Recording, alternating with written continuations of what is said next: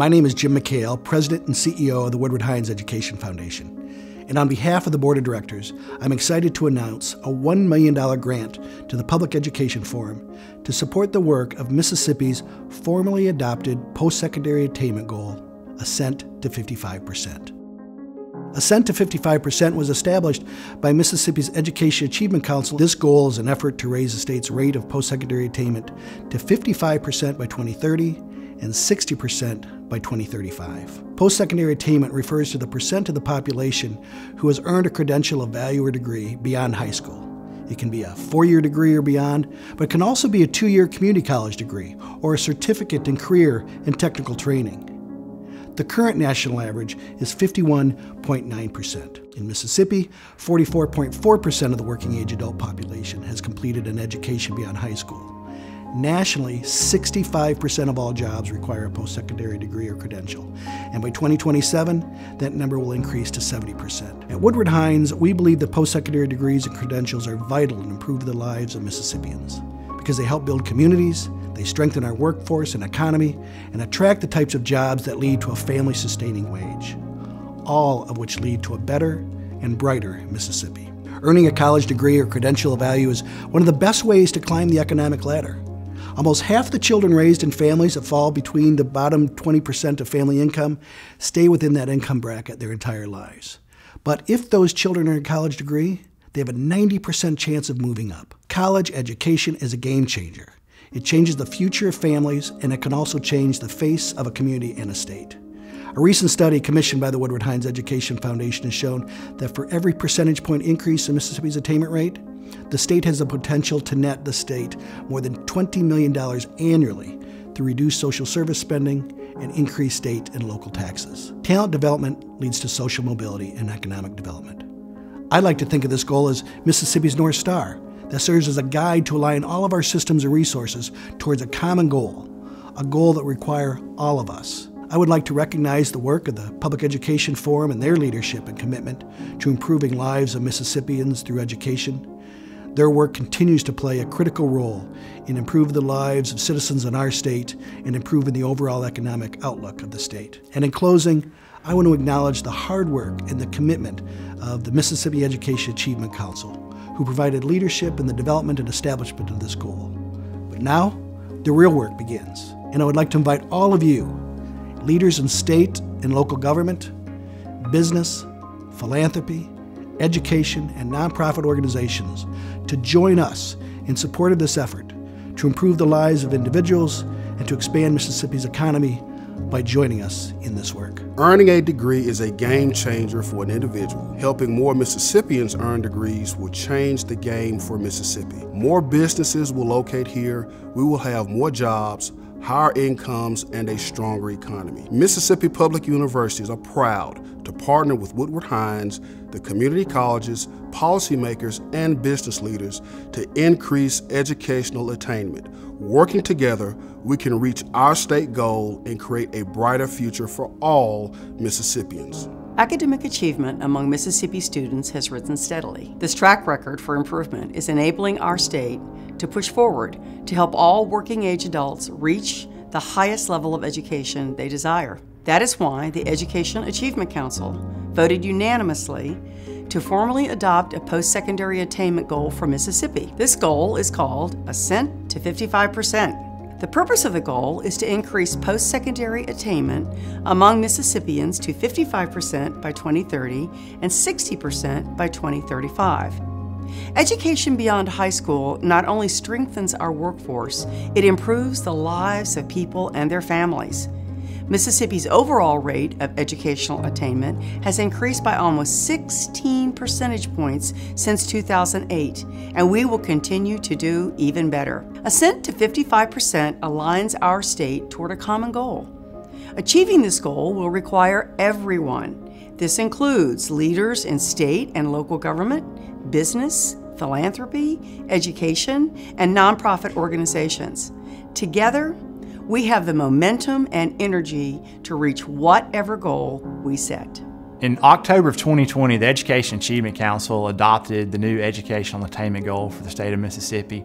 Our educational leaders realized that we needed to move the needle as far as educational attainment goes for all of Mississippi, but particularly our workforce age group, those from 25 to 64 years old. Currently, we're at 45.2%, and in order for us to get to the 55% goal that we've laid out at the Education Achievement Council, it's going to take all partners working together, both public and private sectors, education, non-education, business, industry, not-for-profits. It's going to take all of us tugging in the same direction in order for us to meet this critical goal that we have set. A better educated citizenry is beneficial to all of us. For business and industry, it means better trained, better skilled workers. For the citizens themselves, it means better opportunities throughout life. They have opportunities to have high-skill, high-wage jobs. Also, studies show that the more education a person has, the better chances they are to live a healthier lifestyle and just contribute to society in general. So the community colleges are very excited to be a part of this movement. We look forward to continuing to provide the education and training that we have done for more than 100 years now, and look forward to helping everybody along this journey.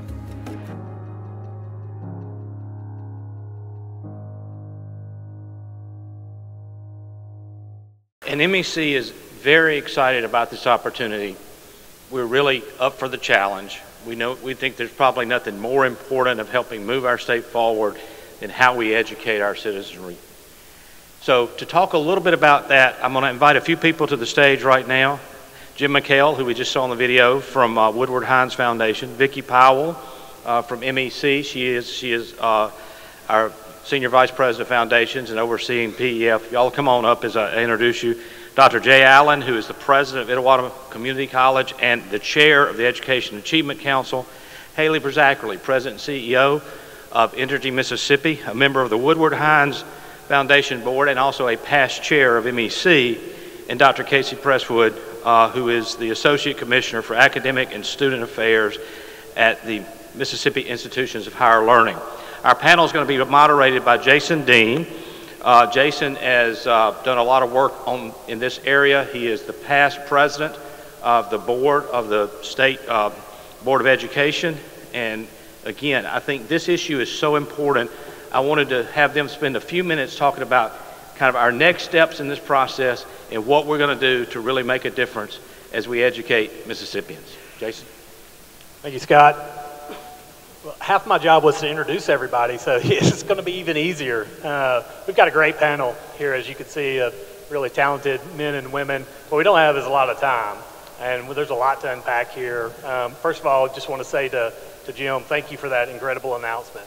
It's a great example of when philanthropy joins with the private sector and business and the political and education leadership, how you can start moving the needle on education policy. But you said something in the video that's really important. The work is just beginning.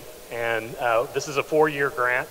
And we're going to talk a little bit from different perspectives about what that's going to look like. First, I want to turn to Dr. Jay Allen, as he said, President of Itawamba Community College since 2017. But Dr. Allen's also spent a lot of time working with the Education Achievement Council. And I don't know that everybody exactly knows what that is and what role it plays in the development of this initiative. So if you would, just kind of tell us a little bit about the Education Achievement Council and the role it's played. Thank you, Jason.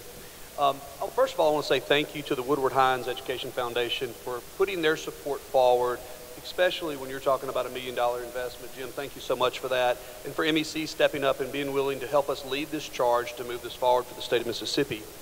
I've been blessed to chair the Education Achievement Council for the last year or so, and the council was established in 2010 by the legislature.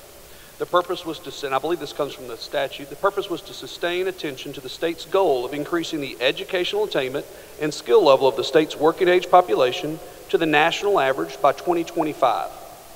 This was not, unfortunately, a specific enough goal for the state to really be able to receive some national grants that are out there.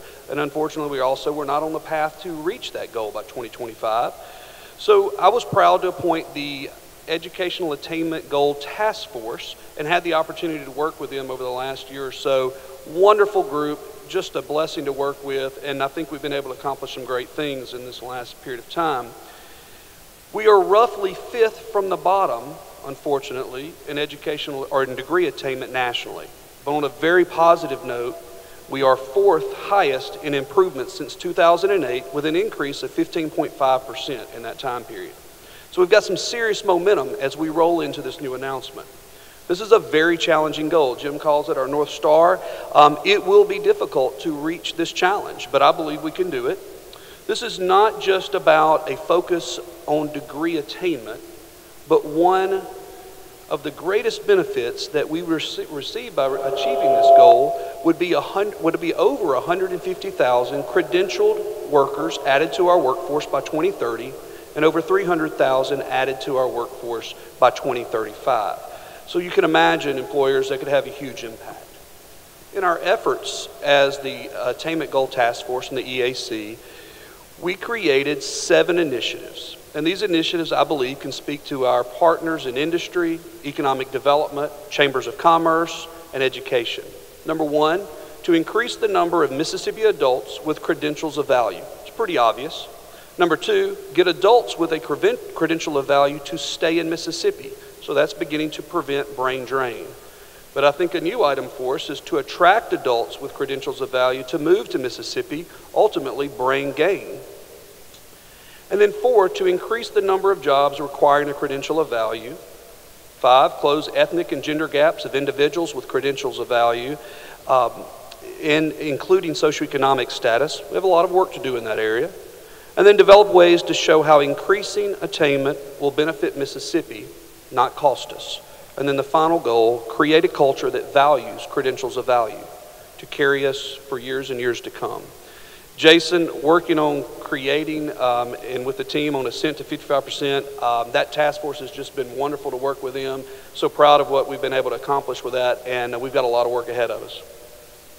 Thank you for that. And I just want to underline and bold and highlight that number. 150,000 new credentialed workers in the state of Mississippi by 2030. As I was walking in, I had the opportunity to meet a couple of new business leaders I hadn't met before, 5 of them in fact, and all 5 of them said the same thing, and just without me prompting them, without me telling them I'm going to be on the panel. We need a workforce. We need a workforce to grow our business. So that sort of connects the dots for me, for the business community, what this work means. We're increasing the advanced skills level beyond high school. We're at 44.4% now. We want to be at 55% by 2030. That would be a net result of 150,000 new credentialed workers.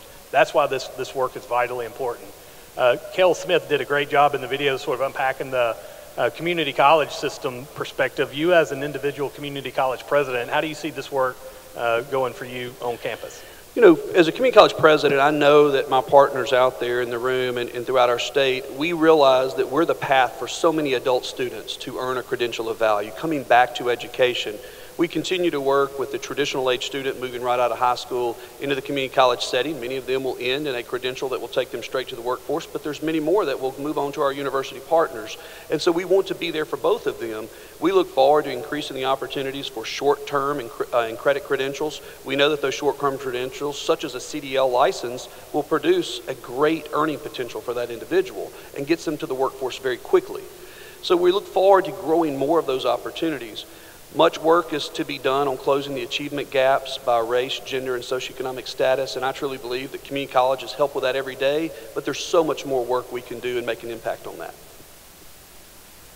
Thank you, Dr. Allen. I'll now turn to Dr. Casey Presswood, a lady I met maybe about a month ago, and let me just tell you, she's phenomenal. I met her in this work with the Woodward Heinz Education Foundation, and since I met her, she sent me about 10 reports to read, to bring myself up to speed on this. So just got a great knowledge base, not only what's going on in Mississippi, but around the country. So can you speak a little bit about how other states are using this attainment goal to sort of drive their workforce development and education systems? Yes, thank you, Jason. I think it's important to note that there is not one magic solution for getting a more skilled workforce and increasing the education attainment rate in our state. We are the 45th state to establish an educational attainment goal, and we've been following the other states for several years now, looking at what they're doing, what initiatives they have to try to increase the education attainment rate for their states, and there's a variety of initiatives, and as we've heard already, it's going to take all of us. It's going to take business, industry, education, nonprofit organizations, policymakers. It's going to take all of us to increase the education attainment rate and get a more skilled workforce. And that means there's going to be a lot of initiatives that we need to embark upon to get us there. But I will share two with you that I think are worthy of note. In Indiana, they have the Next Level Jobs grant, and they've identified 5 high-demand, high-value industries in Indiana.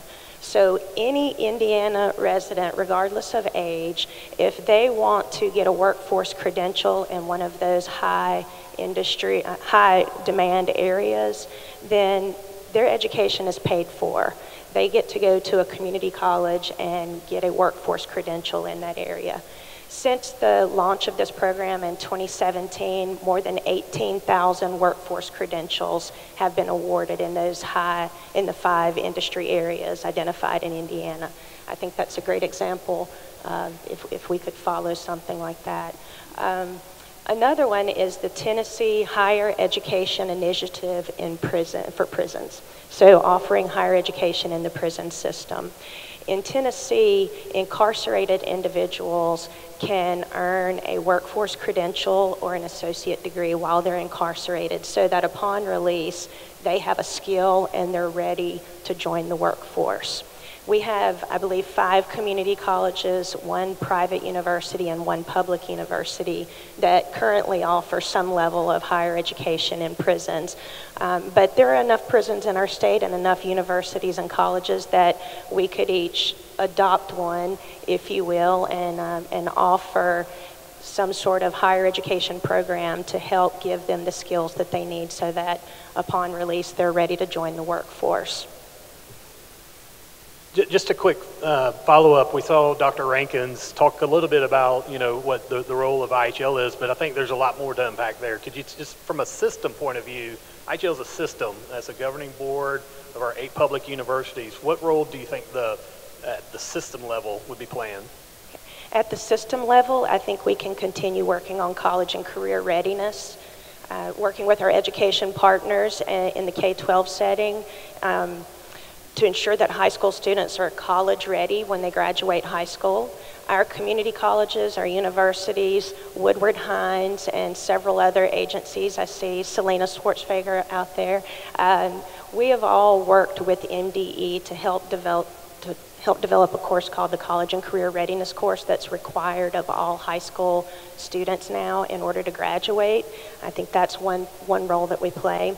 Transitions. We can continue to work with our K-12 partners and our community college partners to ensure a seamless transition from one educational system to the next, so that when students transfer from a community college to a university, they don't lose credit.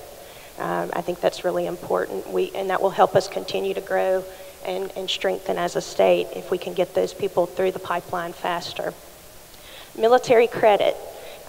Prior to COVID, we had passed a policy at IHL that we would begin to work more on articulating military credit to academic credit, and our community college partners joined in on the effort, and we were off to a nice start, and then COVID hit.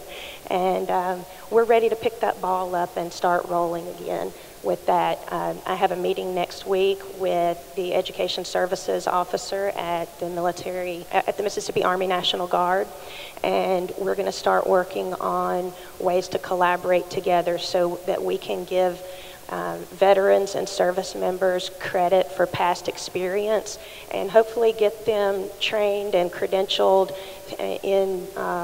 in areas that will keep them in Mississippi and taking on Mississippi jobs. And finally, we have the Applied Baccalaureate. So the community colleges are the ones who create the workforce credentials, and they're stackable credentials. And when a person leaves a community college, they may have a certificate or they may have an Associate of Applied Science in a technical area. All 8 of our public universities now have applied baccalaureates, whereby we accept those credits and we work with the individual to build the degree program that they need to help them succeed in whatever it is that they're wanting to do. In most cases, that's going to be trying to climb up in management in the business or industry that they're currently in. And I think those are roles that we can play. Thank you for that. And just a couple of points to highlight. What you said was we're probably going to have to think a little in different ways here. You mentioned prisoners, receiving additional education. When I was on the State Workforce Investment Board, there was a data point that was told to us, I never forgot, that prisoners who receive some sort of workforce training, potentially leading to a credential, have a 85% less recidivism rate. I just think that's just the sort of outside the box sort of thinking that's going to be required to drive to 55%. The other thing that you mentioned with regards to Indiana that I think is worth highlighting is identifying the priority sectors. And I know our Accelerate Mississippi teams here, and I know they're working on it. I know the State Workforce Investment Board's working on it, but alignment of what those priority sectors are is critical. When I first started getting engaged in this work, someone said, sure, you can get to 55% really easily by, making 10,000 more lawyers. Well, interesting, but we don't need necessarily 10,000 more lawyers.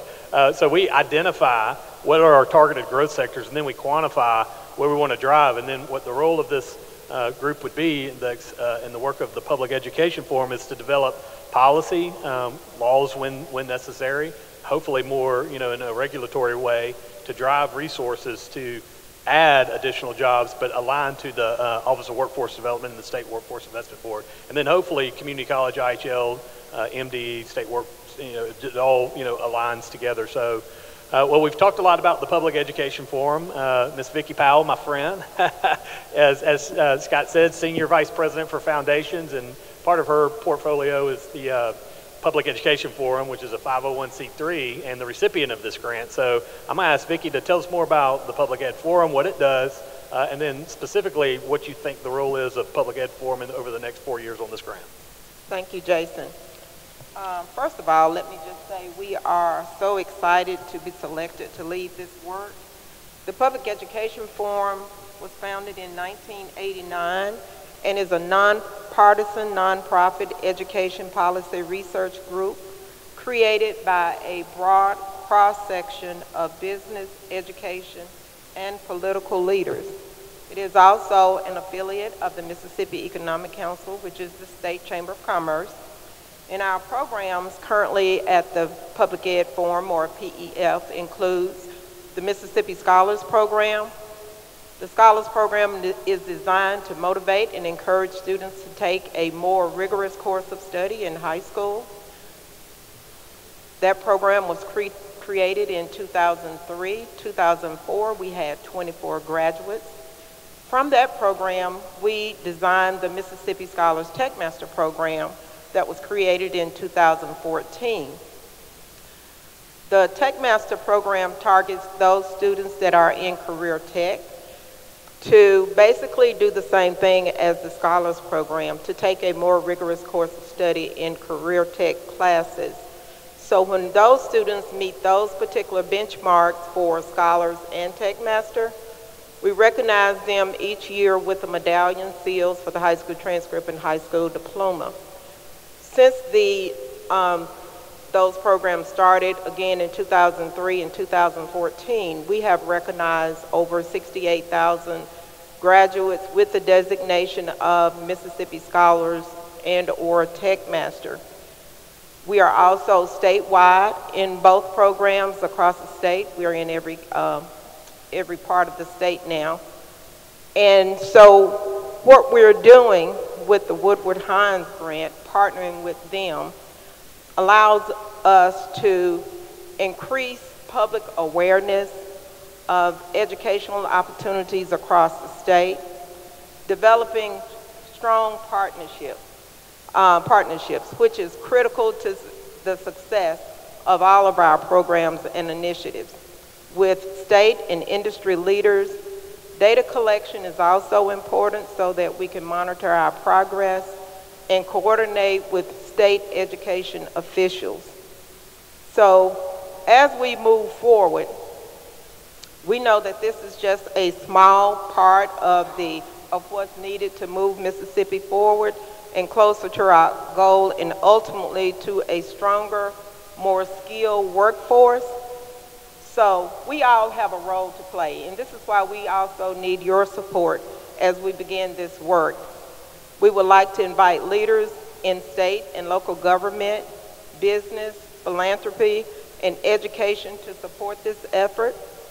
The initial step of this process includes convening key stakeholders to identify areas of responsibility, goals, and potential tactics, working with the EAC and the Woodward Heinz Foundation and other partners and sectors to craft and adopt a strategy to implement the attainment goal, developing an appropriate structure which key partners can provide direction for this work, establishing and building relationships with top leaders at the regional, state, and national level in the business, K through 12 education, government, nonprofit, and again, the philanthropy sectors, ensuring that goals of inclusiveness and diversity are met. So again, on behalf of the Public Education Forum, we are excited to do this work, and we need your support to get all of this done and accomplished. Both public and private world here in Mississippi. So next I'm going to turn to Haley Fizzakery, another longtime friend, President and CEO of Entergy Mississippi since 2008. And I'll tell you this, I've known him since he's been President and CEO, and he's never been hesitant to roll up his sleeves and engage in workforce and education issues. I can remember going back to early childhood education days, years ago now, and look what's happened with that. Now it's a common topic. When 10, 12 years ago, not so much. So your leadership is so vital. I know your number one goal is to take care of your ratepayers in your certificated area, but the fact that you were willing to engage is really valuable to all of us. So from your perspective, going back to 2008 to now, like how do you see this initiative playing into specifically what your workforce needs are, and why do you think it's the next new important topic that we should be engaging in? Thank you, Jason, and appreciate that. Good to see you, and good morning.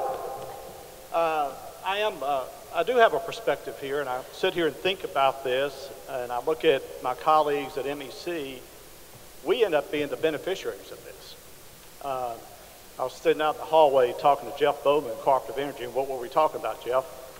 Workforce. I've been in this job almost 14 years now, and if you told me 14 years ago one of the issues that you would spend the most on is about workforce. Now, look, I love working with our employees, engaging with them, but I never thought we would be spending as much time as we do about the pipeline needs, and it's important. You heard General Collins roll out the secure plan, the Mississippi plan, the secure Mississippi's future plan. The first two issues were about education, workforce, and retaining, about the human capital. I look at the members in this room, and we represent billions and billions of dollars financial capital that has to be deployed. But if we don't have the workers, we can't get there. In my business alone, I stop and think about how much change has happened, and the skill set, Jason, is the biggest change I'm seeing. I was talking to one of our servicemen, linemen, that just recently retired after 45 years, and I said, JB, what have you seen that's changed the most? He said, Haley, I never thought there would be a day I'd have a computer in my truck. And now we're deploying, this year we'll wrap up deploying the most advanced meter infrastructure system probably in the country, and it's amazing the technology that's going to get out there. Yeah, we did away with meter readers, but now I need meter technicians. And I never thought that one day we would be hiring data scientists, data analysts to understand how you use energy, how we can prevent outages, how we can serve you better.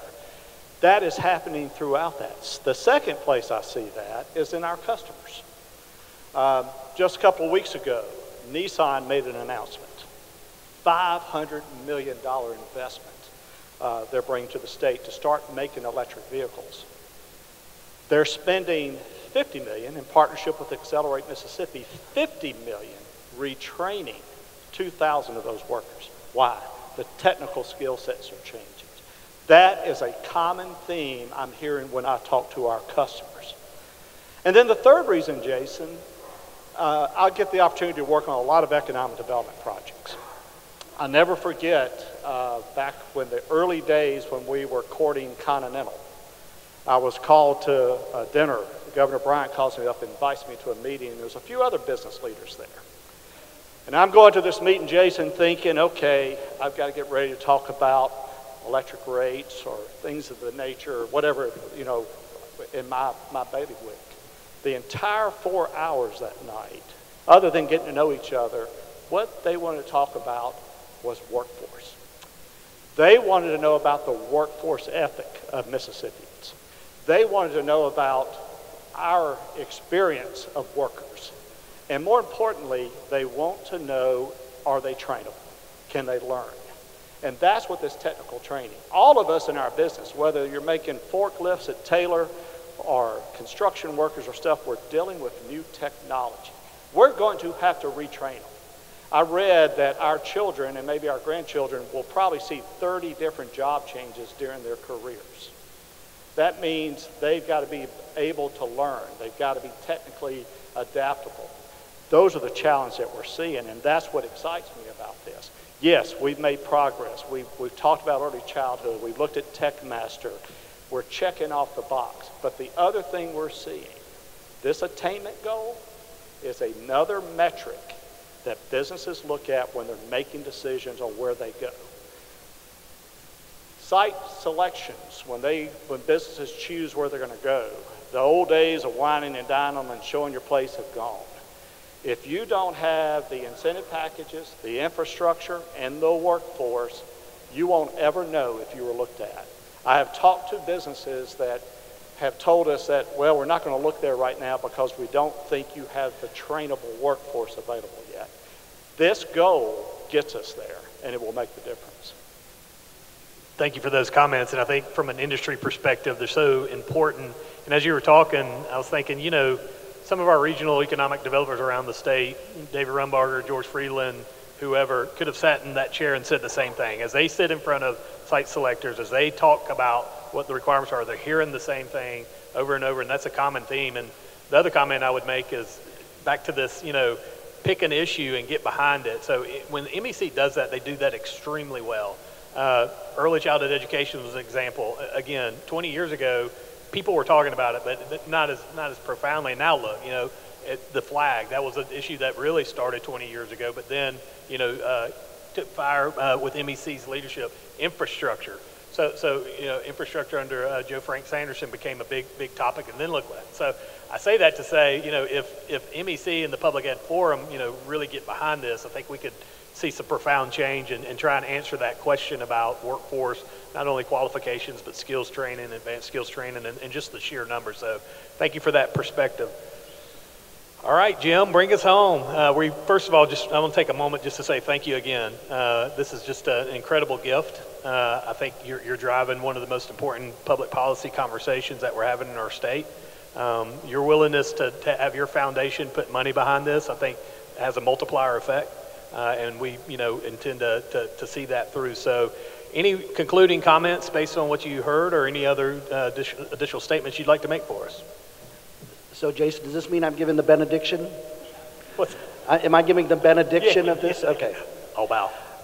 First, let me, on behalf of the board of the foundation, really thank Scott in general and Vicki and the leadership of MEC and the Public Education Forum for really stepping into what I would submit as a very courageous leadership role. You're the right organization at the right time to take this on. I've been asked to maybe give just a little advertisement of who the Woodward Heinz Education Foundation is. We're a foundation that's been in Mississippi for 27 years with the sole purpose of getting more people to and through college and connecting them to meaningful employment opportunities in Mississippi. Many of you may know us through our flagship program called Get to College. It's a program where we provide direct services to students. Last year we served over 45 individual students through our 3 centers in Jackson, Ocean Springs, and South Haven. We're going to be opening up a new center later this year in the Mississippi Delta. We've worked with 40,000 individuals last year in training, may it be in ACT prep and Fafsa training and the like. So we're an organization that's based in Mississippi, and we're not going to go anywhere at all. So we're here for the long haul. But Jason, this is what we know. We know that a high school diploma is not enough. We know that all students must get some type of post-secondary degree to get the types of jobs that we want to recruit to Mississippi and that lead to some type of meaningful income. We also know that Mississippi has some of the best community colleges in the nation. We have some of the best universities in the nation. We have employers like Entergy Mississippi who are investing significant resources into educating and re-educating their staff.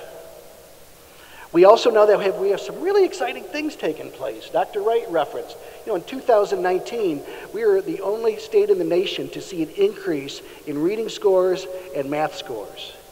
In the last 3 years, Mississippi has been ranked 3rd, 4th, and 5th in the nation in Fafsa completion rates. Filling out the Fafsa is the #1 indicator of whether a student is going to go to college or not. We have a record high number of 85% high school graduation rate. So there is tremendous momentum. And our opportunity is now, how do we catch that wave and work with these students to not just get them through high school, but get them to and through college? But we also know that we can't fix tomorrow's problems with yesterday's designs. And so let me just share one example, and there's many of them. Let's look at student financial aid in Mississippi. Our current financial aid system is not aligned to meet the needs and goals of Mississippi. The last time student financial aid was redesigned in Mississippi was in the 1990s, when a year of tuition at a public university was $2,500. Today, it's $9,000. And with all costs in of room and board and tuition and fees, you're looking at $25,000.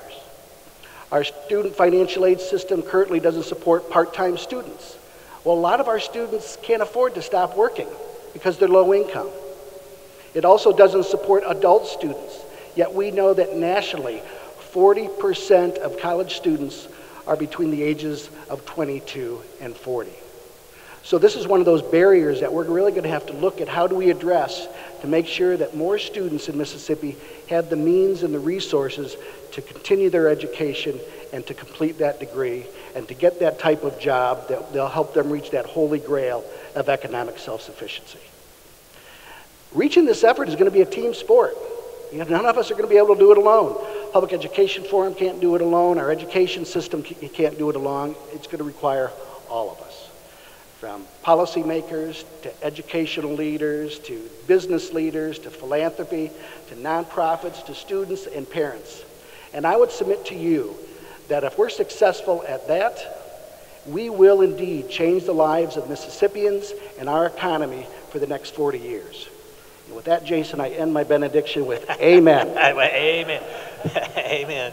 Scott, General Collins, thank you for allowing us to be here today and talk a little bit more about this. Y'all, help me thank our panel for giving her their time today. Thank you very much. Scott?